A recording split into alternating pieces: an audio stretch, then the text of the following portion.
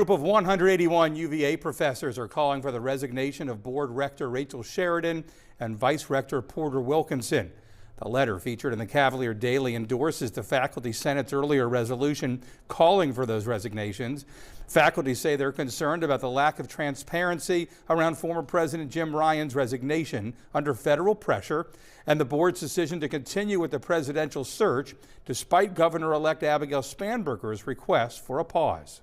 So for all those reasons, we feel the board has failed to do its job. We feel the board has lost the trust of faculty and others at the university. The university works well when we all trust each other. I think the university works well when we have a sense of shared purpose. Unfortunately, we don't have that right now. We reached out to UVA for a response. It pointed us to Rector Sheridan's November 13th letter to faculty, which provides her account of Ryan's resignation and states that she played no role in any negotiations with the federal government.